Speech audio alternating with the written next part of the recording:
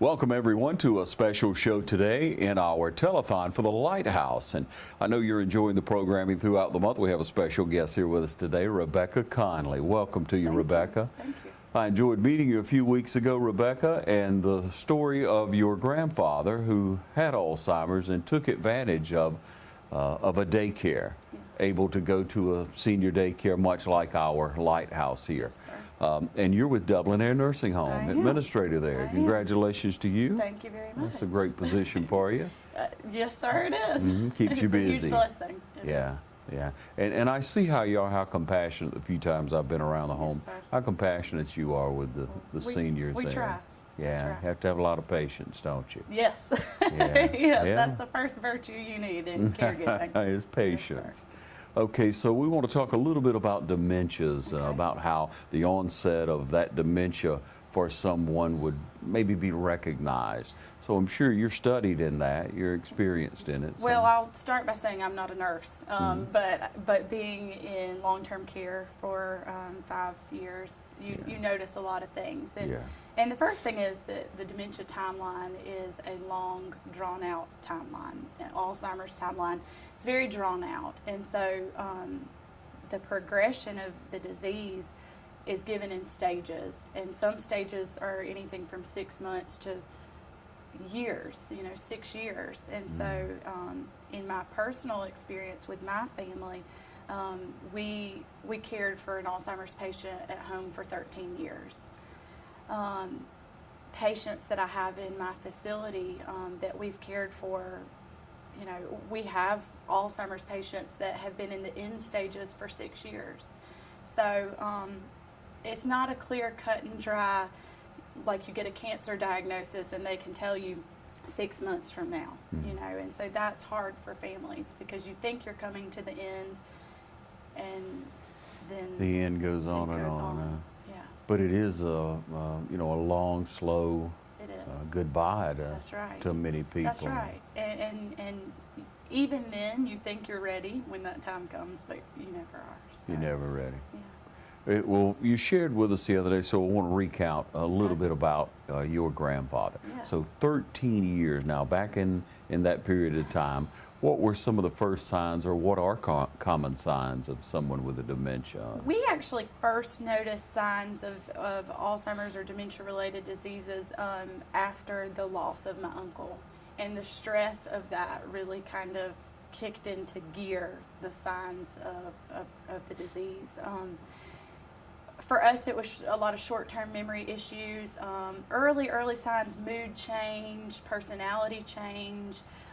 Those are some of the things that we notice in the dementia timeline of early signs. A lot of sleep changes too can be one of the signs. So for us, there was personality change. Some of that can be hard to differentiate with life events. You've lost a son. Sure. But for us, we started noticing there. Short-term memory, personality change, mood changes. You hear everybody talk about the classic sundowners effects in the evening time, that you have a different person in the morning and in the evening. And so for us, those were some of our signs, and some of the signs I see most frequently professionally as early signs of Alzheimer's. And so the early signs, most people want to keep them at home, and that's why we want to point out the Lighthouse here and what it does in the local community. So with someone trying to care for them at home, first of all, what are some things they should look at and do to maybe secure the home? Well, it's safety, obviously, number one, physical safety. A lot of times with Alzheimer's or dementia, you see, you start noticing changes in the physical body, not just the mental. So you want to make sure the home is safe. As far as one of the things we talk about is contrast in the home. Can you clearly see the walls and the floor or different things? Making sure there are not a lot of fall risk in place. For us, the transition from a rug to a regular floor is no big deal, but for somebody who's having some cognitive issues, that could be a huge issue. Yes. So, but more than anything, the number one thing in early Alzheimer's and dementia is going to be caregiver responsibility. It's going to be supervision. That's the biggest thing you can do early on to keep somebody safe, is that supervision. Yeah. But with that comes an abundant amount of responsibility. It is. And to me, the biggest issue we're facing as the numbers of patients with Alzheimer's and dementia is drastically growing is caregivers. You know, somebody generally needs 24-hour care. And if you're a working individual or, you know, you have your own care needs, providing that 24-hour care for somebody is very demanding. Yeah. And you quickly see a lot of caregiver burnout. The statistics that the Alzheimer's Association talks about I think that a caregiver who is taking care of someone with Alzheimer's is 74% more likely to miss their own doctor's appointments and see a decline in their own health because of the demands of being a caregiver. Yeah. For me, I say, you know, you can't pour from an empty cup. So if you're not taking care of yourself, Yeah. you can't take care of the patient or the loved one with Alzheimer's. So for us, that's where the adult daycare was a lifesaver. My grandmother was in her 80s, and she was the primary caregiver. Obviously had a team of support, but to be able to take care of her needs and keep herself from being burnt out, our adult daycare was what made the difference and was the reason she was able to keep him at home as long as she did. Yeah. And you know, people don't realize that until they get to the point that with all that care, you think, well, okay, you could rest when they rest. Well, that's probably the only opportunity you have to do anything other than care for them. That's right. And truthfully, rest doesn't come like it does for us. Rest may be an hour here, an hour there. It could still be an all night long thing, but you never sleep soundly because you're always worried about, are they going to get up? What may they need? So the time and the place there's always going to be a time and a place for 24-hour care like what we provide, but there's also plenty of time to keep somebody at home and care for them in that setting as long as you can. And so those doctor's appointments and the grocery shopping and all of the things that become so difficult to do when you're responsible for 24-hour care, that is where the Lighthouse would be a huge blessing to families. Yeah. We're talking about the Lighthouse here in Dublin, Georgia. If you'd like to give, we have the information on the screen for you where you can contact them. They're on Bellevue Avenue, the phone number. We'll take a short break and be right back with Miss Rebecca Conley. First Lawrence Bank invites you to experience banking at its best. Whether you have personal or business financial needs, we're a full-service bank, big enough to handle all your banking needs and small enough to provide you with that personal touch you've grown to expect from a community bank like First Lawrence Bank. Looking forward to your future. That's First Lawrence Bank in Dublin and Dexter. We welcome you back. We're talking with Rebecca Conley, Dublin Air Nursing Home Administrator. And so we're talking about the stages of Alzheimer's, trying to help the community in understanding the importance of the Lighthouse and the progression of someone with the long process many times of Alzheimer's, which we've spoken about. So if we're looking at someone who does live at home, they have the opportunity for, you know, about 8 hours there of care, a nurse on staff. That's right.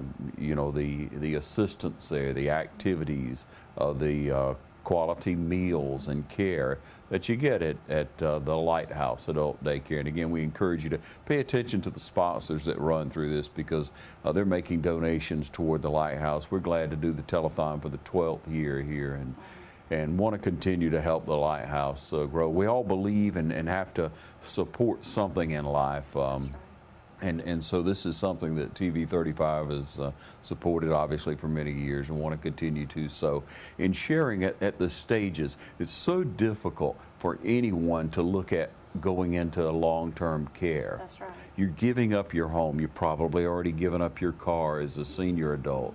If you have good your mind is still very good and your body is slowing down and you just can't stay at home anymore. You have to make that decision. So what are some issues that most face when they should look at that and say, look, I just can't do it anymore? In coming to a long-term care facility, you know, one of the most important things in Alzheimer's care in general is routine. Maintaining your routine is so important for the disease progression. We had professionals tell us many years ago with my grandfather, you know, as long as he's able, let him keep doing it his way. So he was a businessman, still got up every morning and dressed in his suit and tie, even if it was just to sit in the living room. And people would say, you know, why don't you stop him? Why don't you, you know, get him to put on some casual clothes? And we said, he's still dressing himself. You know, 10 years in, he's still dressing himself. We're not changing anything.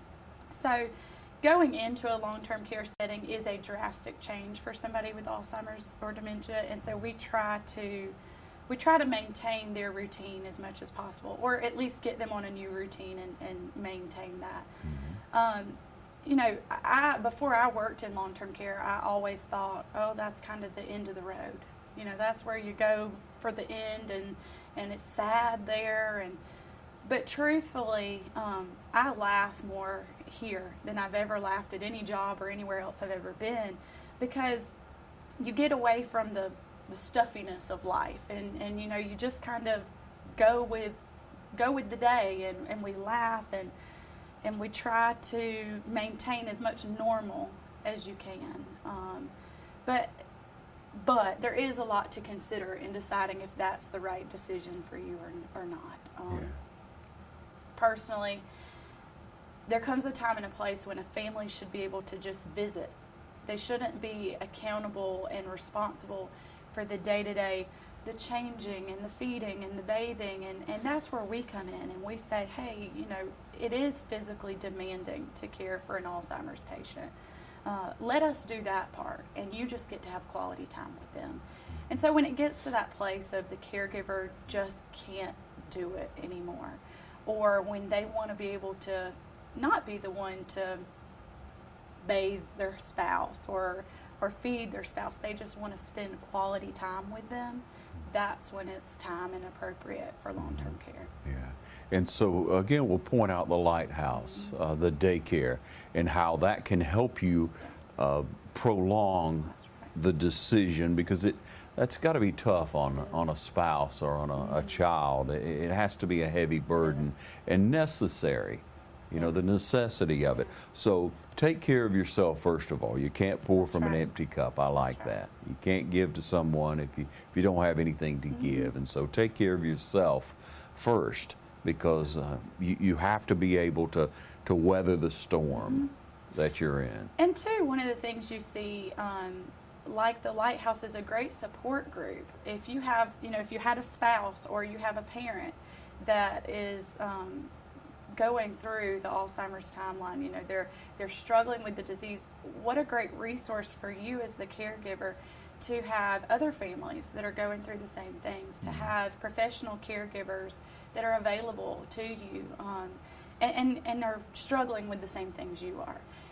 To me, you got to make it a positive thing for the person with Alzheimer's. You know, it's not just about the caregiver.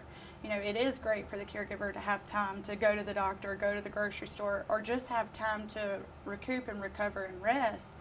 But more importantly than that, it's an amazing thing for the Alzheimer's patient. We called it the coffee house in my family. My grandfather would get up every morning and he'd say, "Am I going to the coffee house today?"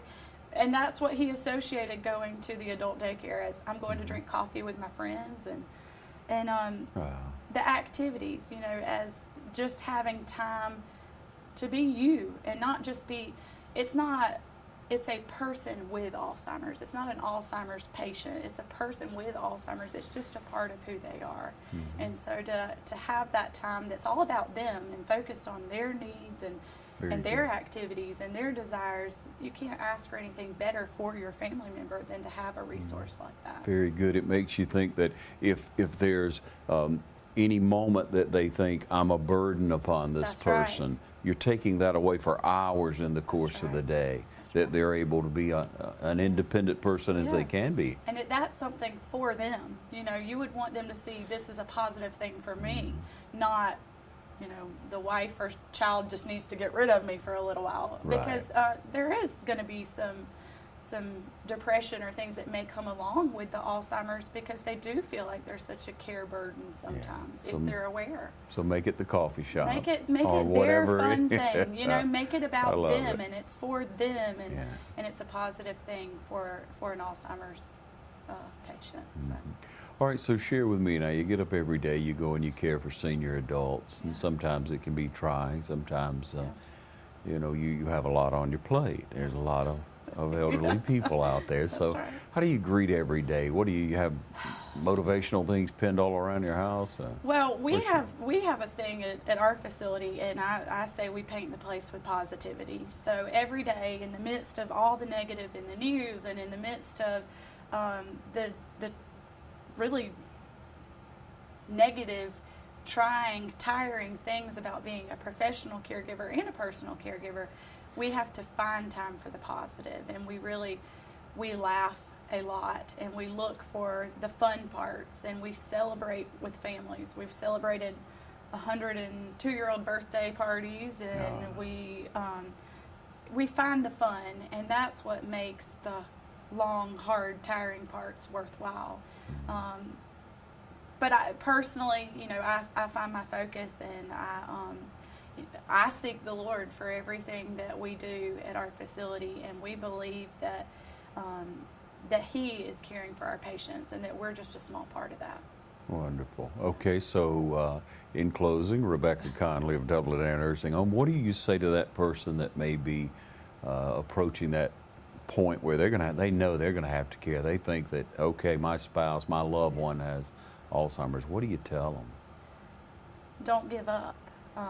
Take each day as a new day. Take each day as a gift. Celebrate the victories. Take time to mourn the progression. But don't forget that they're still the same person inside. I say a lot of times that's not them talking, that's the disease talking. And so you have to learn to separate Alzheimer's from the person that you love.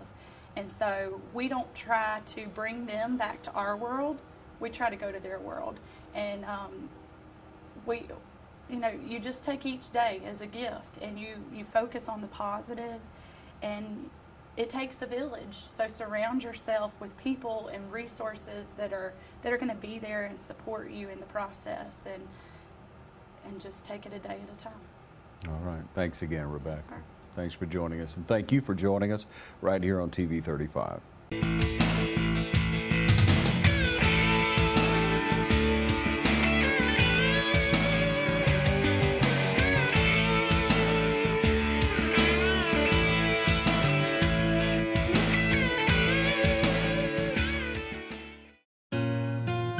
Companion care. The independence of those you love. It's important. Companion Care Senior Services helps those important to you maintain independence longer. Caring for those you love. Personal, professional care, all from the comfort of home. With care plans available from 4 to 24 hours a day, we can meet your needs. Find out how. Local, loving, in-home care for your loved ones. Call us today.